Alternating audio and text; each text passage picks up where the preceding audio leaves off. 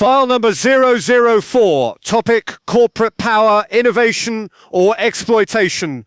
Parties, the corporation versus the citizen. In the beginning, there were guilds, merchants, family businesses. Then came the corporation, an entity with rights but no mortality, no conscience, no soul, only purpose, growth. Today, corporations command resources greater than most nations. They employ millions, feed billions, innovate constantly. They also exploit labor, evade taxes, destroy ecosystems, influence governments, shape reality itself.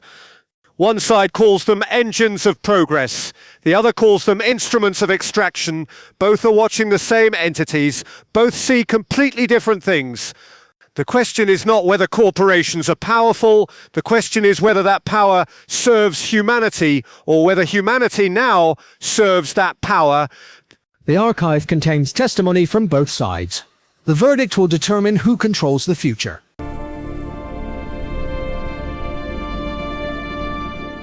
The debate begins. Let's establish some basic facts that seem to get lost in anti-corporate rhetoric. Every device you own, every medicine that saved your life, every convenience you take for granted, corporations created them. Not governments, not charities, not worker collectives, corporations. Because we have the capital, the expertise, the scale, and the incentive to solve problems. Amazon delivers anything you want to your door in 24 hours. Google gives you access to all human knowledge instantly. Apple created a supercomputer you carry in your pocket. Moderna developed a COVID vaccine in 11 months, a process that normally takes a decade. That's not exploitation. That's value creation. We employ 2.3 billion people worldwide. That's nearly 1 in 3 workers globally. We pay $10 trillion in wages annually. We invest $2 trillion in R&D every year, more than all governments combined. And yes, we make profits. That's not a dirty word. It's a signal. Profit means we're creating something people value more than its cost. It means we're efficient, innovative, meeting real needs. The alternative? Look at every economy that rejected corporations. Soviet Union, Maoist China, North Korea, poverty, stagnation, oppression. Markets and corporations aren't perfect, but they're the most effective system ever devised for improving human welfare. Global poverty has declined by 80% in 40 years, driven primarily by corporate-led economic growth. You want to regulate us? Fine, have guardrails, but don't pretend the world would be better without us. It would be poorer, sicker, and more brutal. Better without you? Let me tell you what life is like with you. A garment worker in Bangladesh makes 33 cents an hour sewing clothes for Western brands that charge $50 per item. She works 14-hour days in a factory with locked exits. When the building collapses, and it does collapse, 1,100 people die. The corporation's response?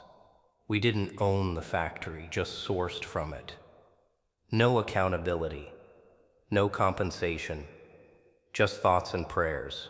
A tech worker in Silicon Valley creates products used by billions. He can't afford rent within 50 miles of his office, lives in his car, showers at the gym, while his CEO buys a 4th yacht. An Amazon warehouse worker walks 15 miles per shift. She's timed on bathroom breaks, penalized if they exceed 90 seconds. She pisses in bottles to meet quotas. Meanwhile, Jeff Bezos makes $321 million per day. You talk about innovation. I talk about exploitation. You talk about efficiency. I talk about human cost. You talk about value creation. I talk about value extraction. Every dollar of corporate profit is a dollar that didn't go to workers who created it. Every tax dodge is money stolen from schools, hospitals, infrastructure. Every environmental regulation you fight is poison in our water, our air, our children's lungs. You're not creating value, you're extracting it. From workers, from communities, from the planet itself. And when there's nothing left to extract, you'll move on. We'll be left with the ruins.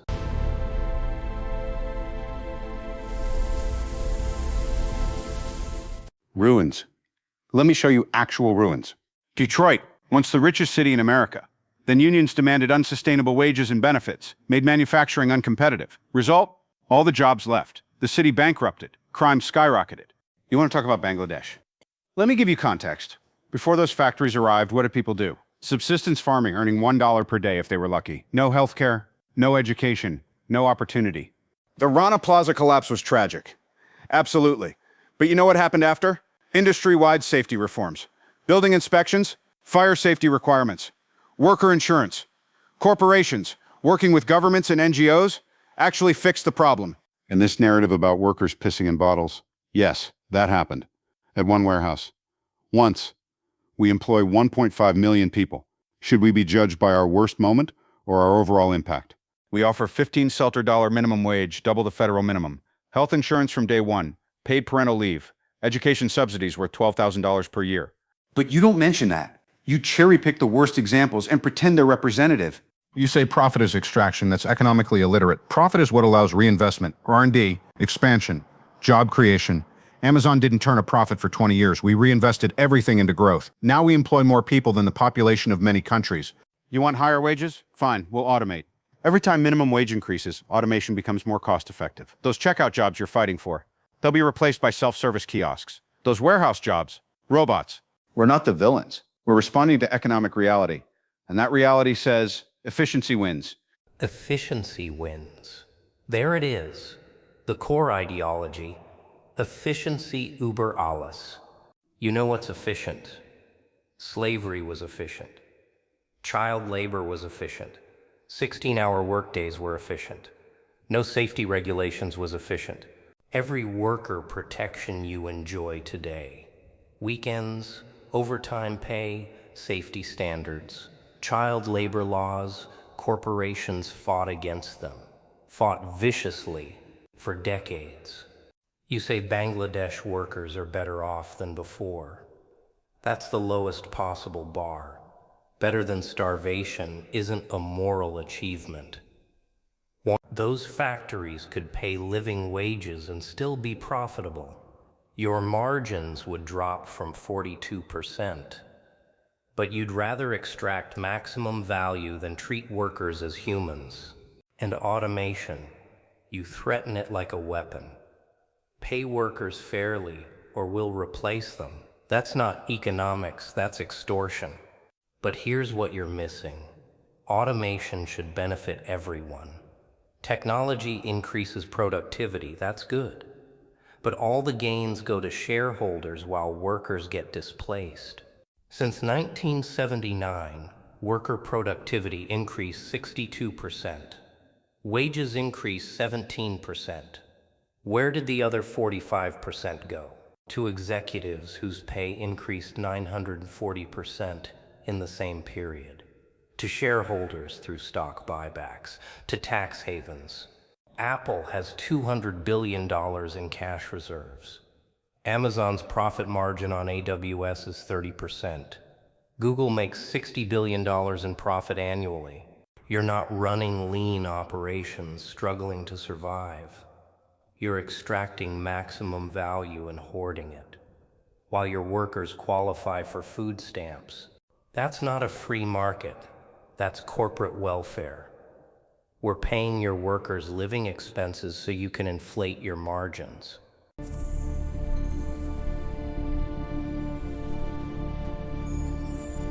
Corporate welfare. You want to talk about welfare? Government inefficiency wastes more money than all corporate profits combined? The Pentagon can't account for $2 trillion in spending. California spent $60 billion on high-speed rail and built 0 miles. The government gave Solyndra $500 million bankrupt in 2 years. You want us to pay more taxes? For what? So politicians can waste it? We invest our money more efficiently than any government ever could. And lobbying. Yes, we engage with government. Let's call it participation in democracy. You act like it's corruption, but we're simply advocating for policies that enable growth. Sometimes regulations are genuinely harmful, written by bureaucrats who've never run a business. Compliance costs that destroy small competitors and entrench monopolies. We're fighting for efficient markets, not special treatment. And if we're so powerful, so exploitative, why do people keep choosing us? Consumers voluntarily buy our products. Workers voluntarily take our jobs. Investors voluntarily fund our growth.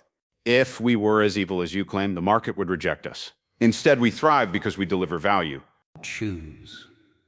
You keep using that word. Let me tell you about choice. 10 corporations control almost every food brand you buy. 4 companies control 90% of meat processing. 3 companies control 95% of prescription drug distribution. 6 companies own 90% of all media, every news outlet, every movie studio, every publication. You call that choice? That's the illusion of choice. And when there's no real competition, there's no market discipline. Workers choose your jobs? In what world?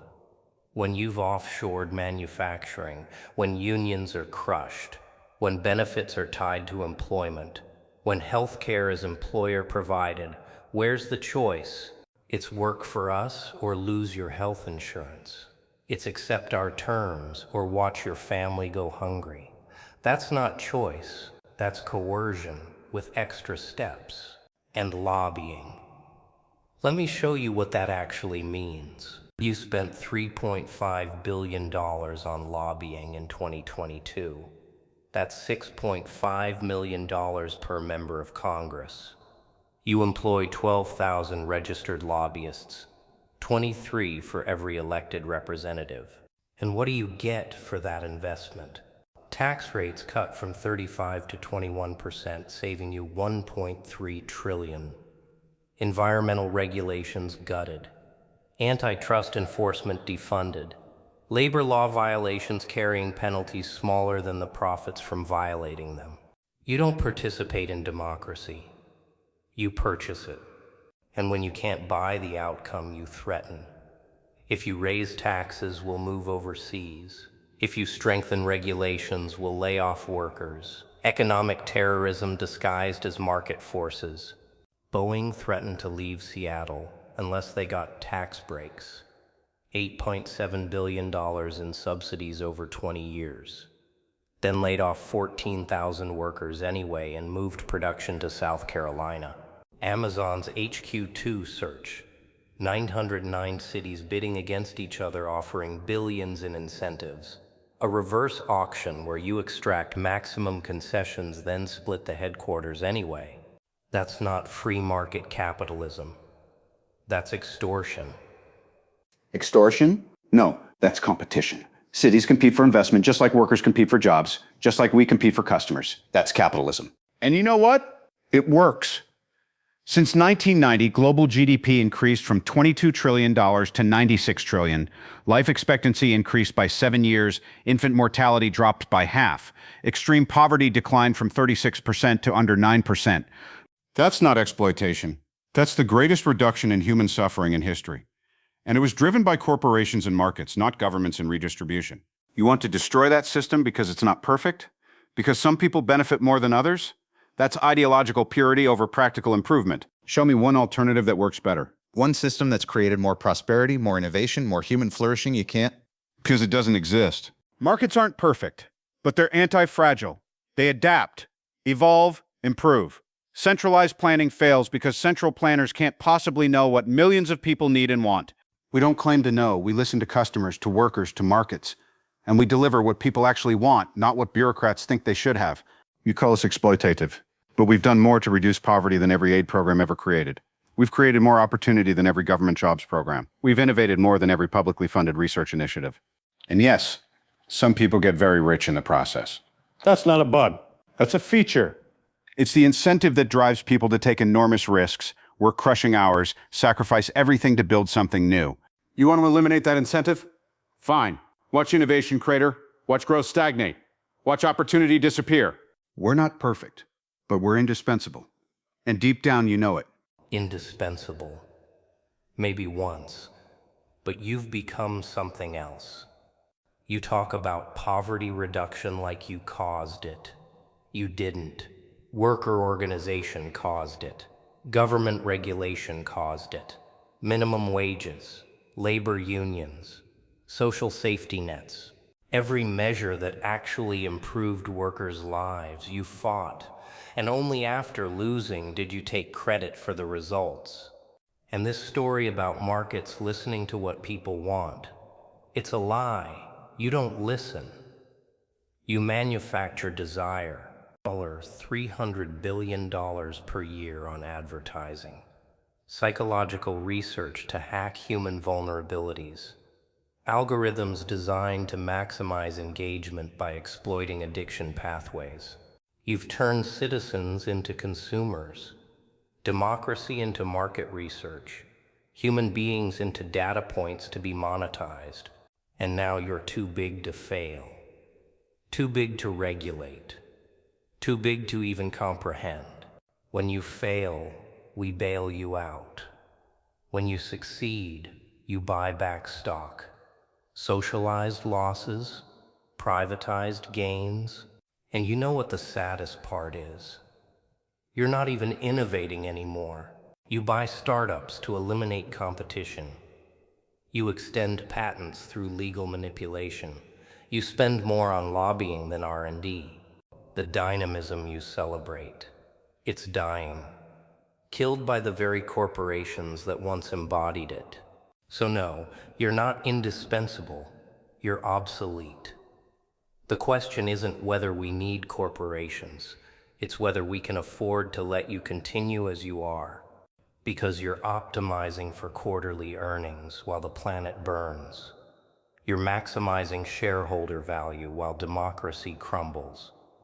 You're hitting profit targets while society fractures. And when it all collapses, and it will collapse, you'll be fine. You'll have your bunkers, your private islands, your escape plans. The rest of us will be left in the ruins. The ruins you created, the ruins you profited from, the ruins you'll never be held accountable for. File 004 concluded. One side argues from achievement, points to everything corporations have built, the prosperity they've created, the problems they've solved, the future they promise. The other argues from consequences, points to everything corporations have destroyed, the inequality they've generated, the planet they've degraded, the democracy they've corrupted. Both present evidence, both cite experts, both claim the mantle of progress. The corporation is humanity's most powerful creation, more enduring than empires, more influential than religions, more transformative than governments. It can cure disease or create it, build civilization or destroy it, liberate humanity or enslave it. The same entity, the same mechanism, different parameters, different outcomes. One side says trust the market, the other says regulate the market, but perhaps the question is wrong. Perhaps we should ask who decides what markets are for?